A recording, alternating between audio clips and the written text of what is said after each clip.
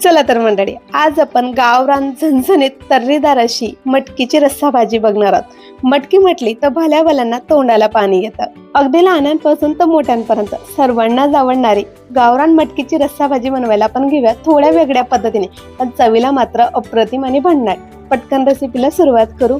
इथे मी 1 वाटी मोड आलेली मटकी घेतली। बघू शकतात किती छान अशी मोड आलेली मटकीला। मटकी 2-3 पाण्याने धुवून बाजूला मी उकडायला ठेवली। इथे मी गॅसवरती तवा ठेवून त्यामध्ये एक मोठी साईजचा कांदा बारीक कट करून घातलेला आहे। त्यामध्ये थोडं तेल घालते म्हणजे आपला कांदा पटकन भाजला जाईल।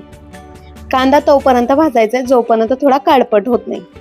कांदा थोडा काळपट व्हायला लागलाय, त्यात मी 2 ते 3 इंच एवढे खोबऱ्याचे बारीक काप करून टाकलेले आहेत। त्यासोबत मीडियम साईजचा टोमॅटो मोठे तुकडे करून टाकलेत। त्यानंतर त्यात घातले मी कोथिंबीरीच्या काड्या। कोथिंबीरीच्या काड्या नक्कीच घाला, त्यामुळे भाजीला थिकनेसही येते आणि चव देखील वाढते। अर्धा इंच आल्याचे तुकडे आणि 9 ते 10 लसणाच्या पाकळ्या सर्व साहित्य टाकून छान भाजून घेतलेलं आहे। आता मी बाजूला प्लेटमध्ये काढून घेते।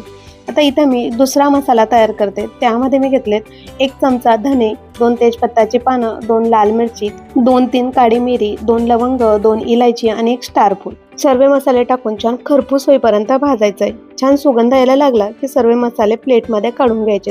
गार झालेले कांदा टोमॅटो मिक्सर जारमध्ये टाकायचे। त्याचसोबत भाजून घेतलेले खडे मसाले देखील मी टाकून घेते। मिक्सरला लावून आता छान मी बारीक वाटण तयार करून घेते। वाटण अगदी बारीक असायला हवे, जास्त जाड नको, अगदी ह्या पद्धतीने। आता पटकन आपण भाजीला फोडणी द्यायला घेऊया। इथे मी गॅसवरती हंडे ठेवले, त्यामध्ये 3 ते 4 चमचे एवढे तेल घातले। तेल छान गरम झालं, लगेच मी त्यात 1 चमचा जिरे आणि 1 चमचा राई घातले। राई जिरं छान तडतडलं, फुलून आलं की लगेच मी त्यात 2 तेजपत्ता आणि तयार केलेलं वाटण त्यात टाकून घेते। वाटण टाकून छान परतवून घ्यायचंय अगदी 2 ते 3 मिनिटापर्यंत। वाटण छान परतत राहायचंय जोपर्यंत त्याला तेल सुटत नाही। इथं वाटणाला छान तेल सुटून आलेलं आहे। आता त्यात मी सुके मसाले घालून घेते। इथं मी 2 चमचा लाल मिरची पावडर, 2 चमचा धना पावडर व 2 चमचा गरम मसाला। गरम मसाला इथला मी घरगुतीचाच घेतलाय, तुम्ही कुठलाही घेतला तरी देखील चालेल। त्याचसोबत अर्धी चमची हळद आणि चवीपुरता मीठ टाकलेलं आहे। त्यासोबत 1 ते 1.5 चमचा काश्मीरी लाल मिरची पावडर टाकली, भाजीला छान रंग यावा म्हणून। सर्व सुके मसाले टाकून झाले। आता मी परतवून घेते जोपर्यंत वाटण आणि मसाले एकजीव होत नाही आणि त्याचा सुगंध येत नाही तोपर्यंत भाजून घ्यायचे। इथं मसाल्याने वाटण छान भाजून झालेलं आहे।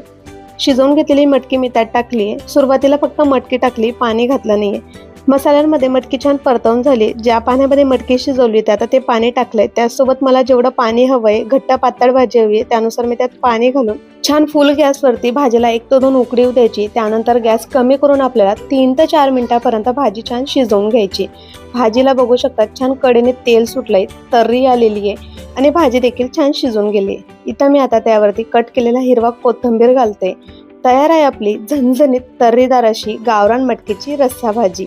तुम्ही देखील ही भाजी नक्कीच ट्राय करून बघा आणि कशी झाली मला नक्कीच कमेंटमध्ये कळवा।